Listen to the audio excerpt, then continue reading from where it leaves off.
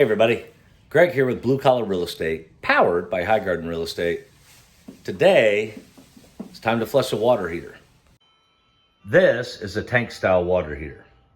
Pretty common, you see them everywhere. The problem is, down here in the bottom, sludge builds up over time. Now, you can see I installed this water heater on June 13th of last year. It's almost June 13th now, and it's time to flush it. And it's a simple process, and there's a couple of things we have to do. Now, looking at the front, we see that, and we see that, and we know this is an electric unit. Also, we see the electric wire coming out of the top. Yes, that should be in conduit. No, I don't care.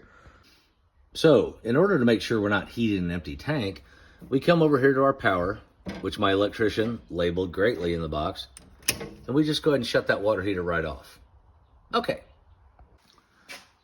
The next thing, now see this line, see on the top, this is blue and this is red. Cold water in, hot water out, right?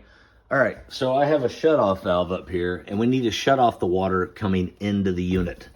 We do that by turning that perpendicular to the water line. If it was parallel, in line with it, then the water would be on.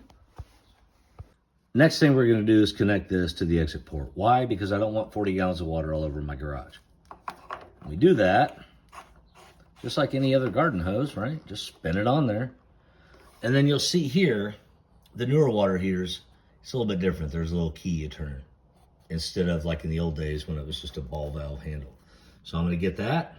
I'm gonna turn this, and we'll get going. All right, take a screwdriver right in there like that. And we're gonna open it up. I don't know if you can hear it. We definitely got water flowing. Now, with everything hooked up, water shut off, electricity shut off, my hose is hooked up and this valve is open.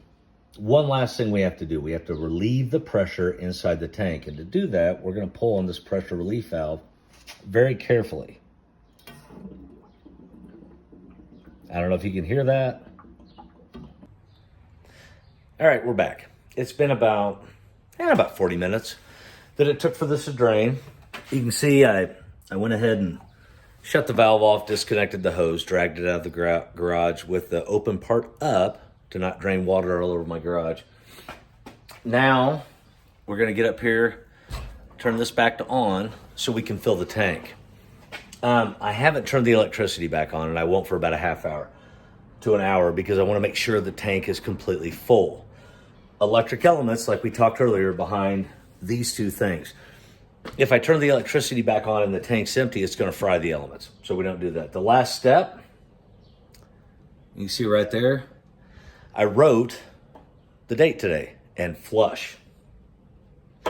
So that I remember next year, or if we ever sell this house, the next owners will know when it was installed, when it was flushed each time. God willing, before this is broke, it'll be down here somewhere because we'll do this every year. Anyway, that's what I got for you today. It's a really important home maintenance item. It'll extend the life of your tank, especially if you live in the Midwest and especially central Indiana where we have a lot of hard water. So remember to do this once a year. It's these little things that make your home last. This is Greg reminding you that real estate is a blue collar job.